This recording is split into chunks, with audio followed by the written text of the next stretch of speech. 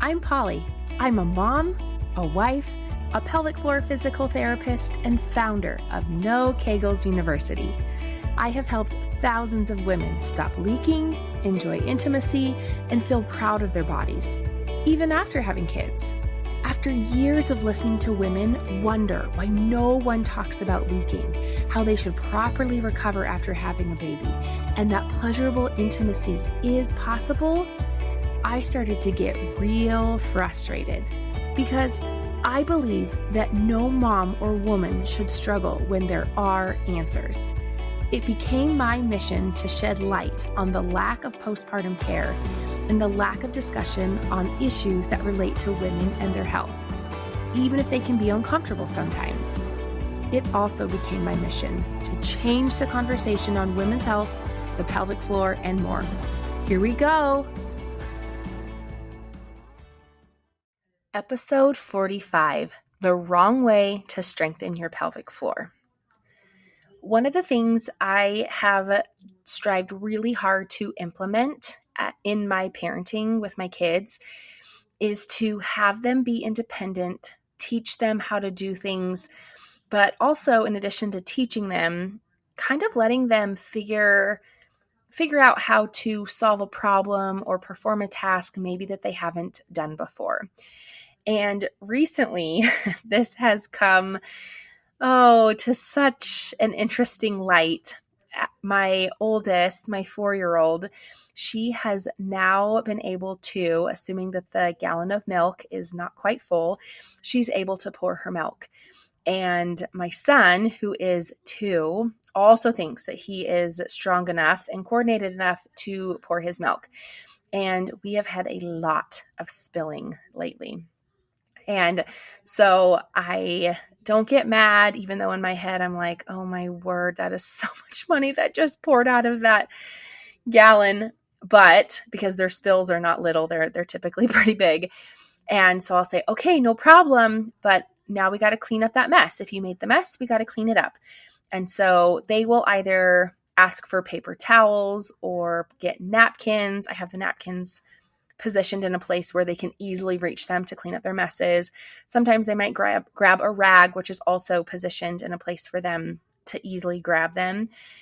And it is really hard for me to watch them clean up the milk because I don't know if there really is a wrong way to clean up milk. If somebody would have asked me that before I was a mother, I would say, oh yeah, as long as the job gets done, it's fine. Okay, great, move on.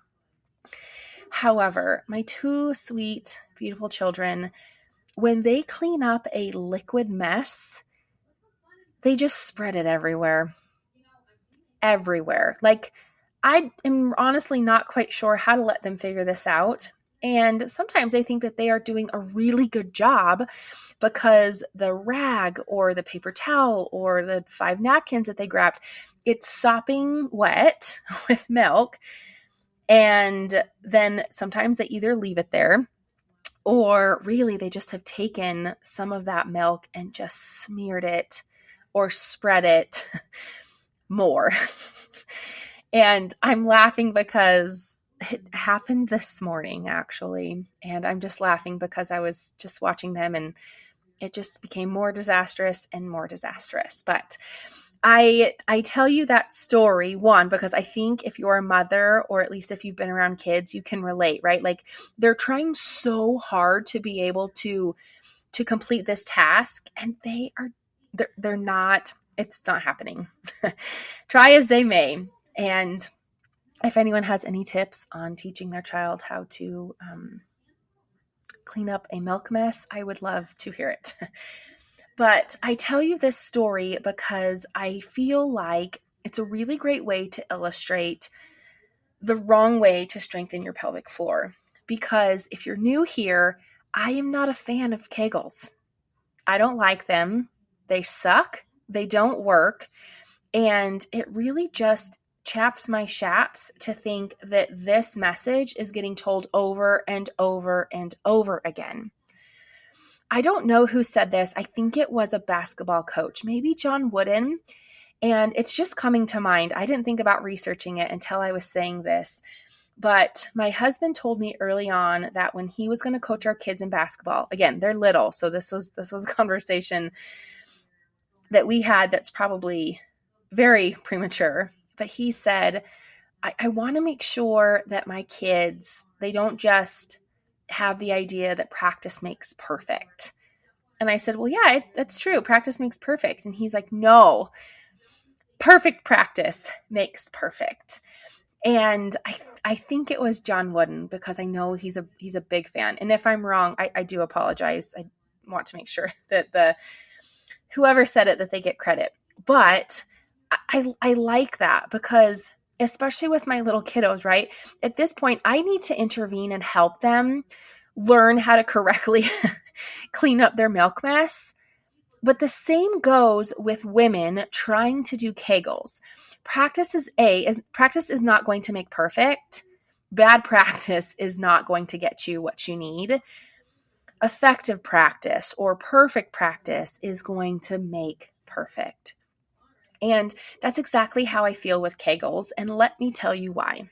Our pelvic floor has many, many jobs. And in fact, I feel like social media and even a lot of healthcare providers don't do a great job of illustrating how much the pelvic floor actually does. Not only does it help with sexual intimacy, but it helps with stability. It helps with support. And this is to our pelvis and to our hip, which essentially is for the entire body. And that pelvic floor helps us control our bowels and our bladder so that we're not leaking. That pelvic floor also participates in pressure management and a few other things that I feel like those are probably broad enough to give you an idea of all the things that it participates in. And so even if we were just to consider for a moment that doing a Kegel, which is just an isometric contraction, and whether you can do a Kegel or not, that's not in question. While you're listening to this, I want you to squeeze your bum cheeks together and then let go. So squeeze them, let go, squeeze them, and let go. That is an isometric contraction. So if you went to a personal trainer, or if you were looking up a fitness influencer and they had you do that as a way to build your booty, would you consider following them? Would you consider paying them? No, you wouldn't. At least I hope you wouldn't. And the reason is because you know, okay, well, my bum, my booty, my glutes do a whole lot more than just allow me to squeeze my bum cheeks together and then let them go. Your pelvic floor is the same way, if not a more important muscle group, dare I say, than your glutes. And here's another fun fact. Whatever your hip does, or your glutes do or don't do, your pelvic floor does.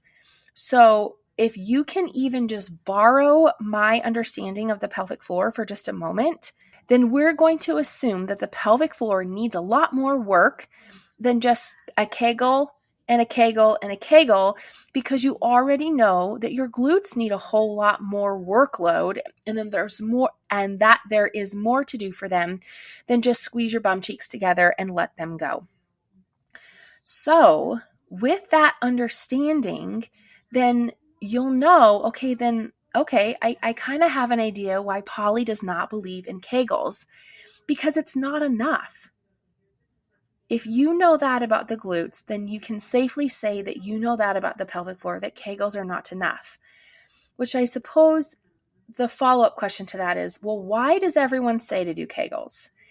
And I probably should not hop on my soapbox, and I don't really try to be too polarizing very often, but I think it's an innocent ignorance, or maybe just ignorance. And I say that because all this stuff that I'm sharing with you, you can go find it. That's part of my story, is I dug in to find these things out. Nothing that I'm sharing about the pelvic floor and its function and how it works, none of that is new. There's a lot of research out there. But I also think complacency is a very easy place to be.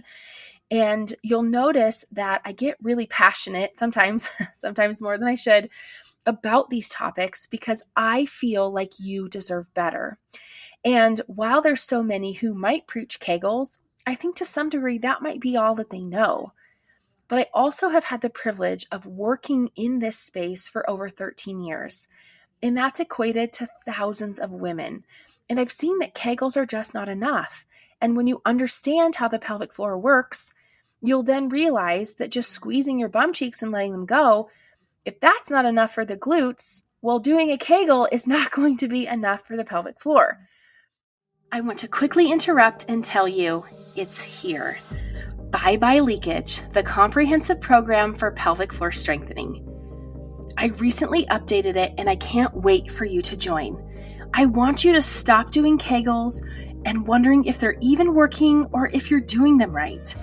You deserve to know how to effectively and successfully strengthen your pelvic floor, stop leaking when you cough, laugh, jump, sneeze, have pain-free intimacy, improve your energy, and feel proud of your body, even after having kids. Bye Bye Leakage is well worth over $3,000, but I'm offering it to you today for less than a quarter of that price. There are 12 sessions, and each session outlines the same programming that I have given to my patients in the clinic for the past 13 years, where thousands of women have gotten the results that you're only dreaming of. Each session is full of exercises, tips, tricks, and trainings. There's even roadmaps included in Bye Bye Leakage for pregnancy, postpartum, and prolapse. This program has been designed to give you a framework to last you a lifetime. I've also included 3 bonus programs just for you: End of the Urgency, Trampoline Strong, and Diastasis Recti 101. You can get it in the show notes, on my website, or in the link in my bio on Instagram at BeyondTheV by Polly. So continuing on here with the wrong way to strengthen your pelvic floor, I also want to add to the list Kegels with bridging. I see this a lot, that you should engage that core and your pelvic floor and then bridge. Well, I'm here to tell you that's not how the pelvic floor and the core work. They've actually taken machines to consider what muscles are working, and that's not how the pelvic floor and core work. So you're now training your muscles incorrectly and inappropriately. The same goes as there's many that teach Kegel before an activity. Like, okay, go ahead and squeeze your pelvic floor. Maybe the core, maybe that person is teaching to squeeze your core in addition to that, and then squat, and then jump, or then that's not how it works. And I suppose that might lead us to, okay, well, what is the right way to strengthen the pelvic floor? And I'm going to go a little bit deeper here. I don't often share the 3 phases of pelvic floor strengthening, and it's not for trying to withhold information from you. A lot of times it's just to keep it simple and to keep it bite-sized. But if I'm going to come out guns a-blazing, taking my stance that Kegels don't work, and you don't need to do them while you bridge, and you don't need to do them before you squat or before you jump, and that it's incorrect, well, then I also better back it up with how I encourage my patients and my clients. And this is also going to give you a little bit of insight into my newly rebranded and updated, and dare I say that this might be the best course out on the market. I am so proud of it. But in this course, which I have said this from the beginning, I wanted women to be able to have access to information to strengthen their pelvic floor effectively and successfully. Efficiently too, right? Like as moms, we need that efficiently. And so the way I explain it to my patients and the way I have it structured inside Bye Bye Leakage is 3 phases. Phase 1 is that the tissues need to move and move well. I'll get to that part in a moment. Phase 2 is pelvic floor strengthening. That part's relatively simple. Well, I should say as long as you're using my methods or the way in which the body works naturally and physiologically. That's where my methods are derived from. And then phase 3, maintenance. And let's dive into those just a tad bit more so you have a better understanding, especially since I took such a polarizing stance. So phase 1, the tissues need to move and move well. And I'm going to lightly touch on these. I'm not going to go in depth, but I want you to have an understanding because it brings me so much joy when I explain these 3 phases on a Zoom call with a coaching client or on your Pelvic Floor's Next Step call, which is free, by the way. Check the show notes, or even a patient in my clinic, because I can see their face saying, oh, that makes so much sense. So phase 1 is we need the tissues to move and move well. And what this consists of is, number 1, if you have torn with birth or had an episiotomy, we need to ensure that that scar is moving and moving well and the associated tissues around it, because scar tissue acts a lot like super glue. And I've seen it where that scar tissue literally freezes those muscles in time at the time of that birth. So once we get that scar tissue moving, it's not uncommon for that pelvic floor to present as one at 6 weeks postpartum, 8 weeks postpartum, 12 weeks postpartum, even though their youngest is 7 years old. Interesting, huh? So that is part of that. The other part of that too is to establish a proper pressure system. And that has all to do with your breath. And I know that that part sounds easy, but if you are one that likes to suck your belly in, if you are one that has chronic stress, chronic anxiety, a history of trauma, which, to be honest, we all have trauma of some kind, then more than likely your pressure system, and I might even add that even being pregnant can disrupt that pressure system. And so ensuring that that pressure system is working well, which has to do with that pelvic floor lengthening in response to your breath, that all makes up phase 1. Now, I'll even tell you this, that phase 1 is the worst. It's the one that we have the least amount of control over, but it's the one that we have to complete. It's the one that no one tells you about. And I am here to say I get my dadgum panties in a bunch about it, because it shouldn't be a secret.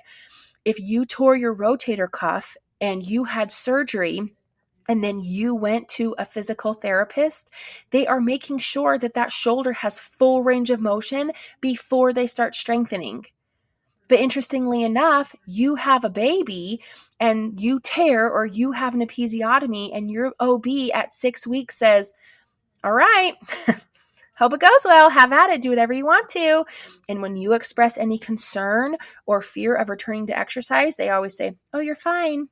Well, I'm on the other end of that. And that is where I'm taking my stance that phase 1 should not be the secret to strengthening your pelvic floor. But I'm here to say a lot of people like to keep that secret.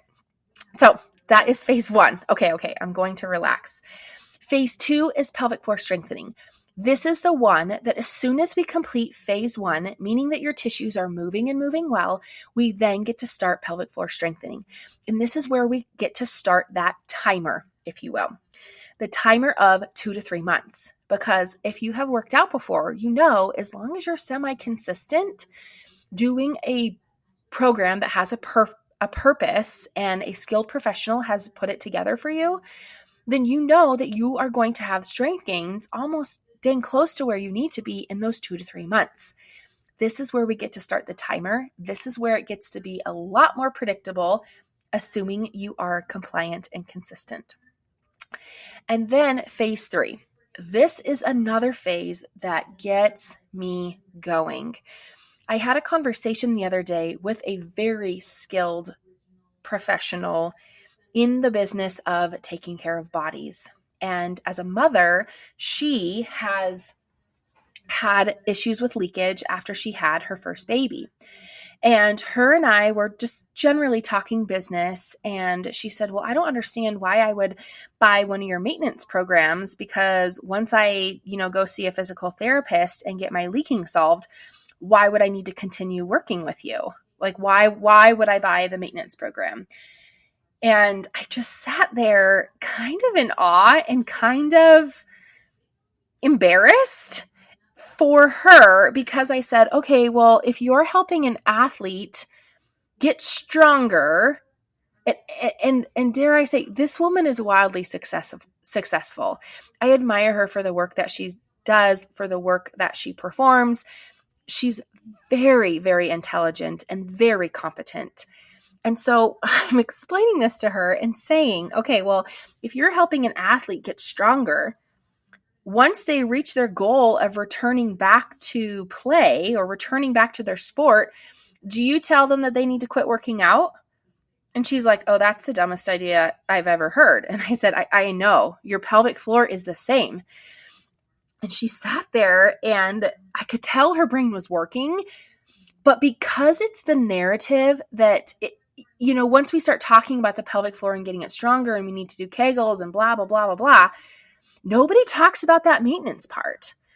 I did a podcast episode a while ago about the idea of maintenance. And I told the story of when my friend and I worked out like crazy to get in like really great shape before her wedding.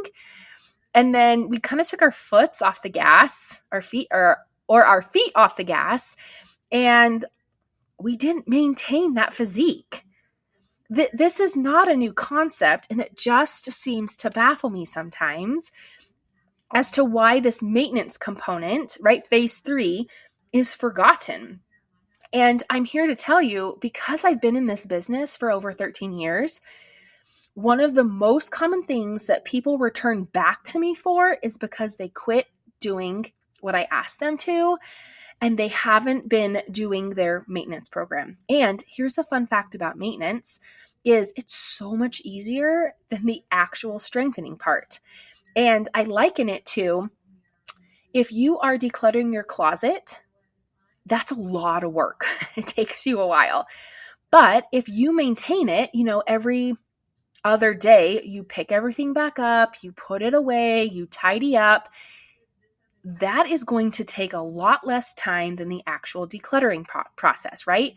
The maintenance, the tidying up every other day, that's the easy part. So that's the phase 3, which completes all 3 phases. Now, obviously, bye-bye leakage goes into much more depth than just those 3 phases, but that's how it's broken up.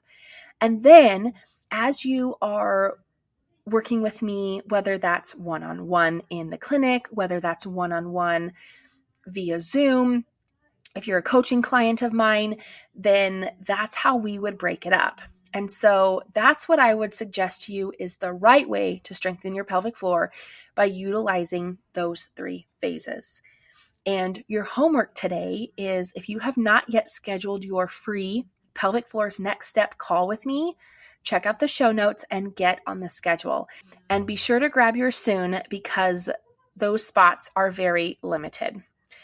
And I would also take a look at my program that I mentioned, Bye Bye Leakage. This course is going to give you all of those 3 phases in depth, with a lot of instruction and videos and tips and trainings.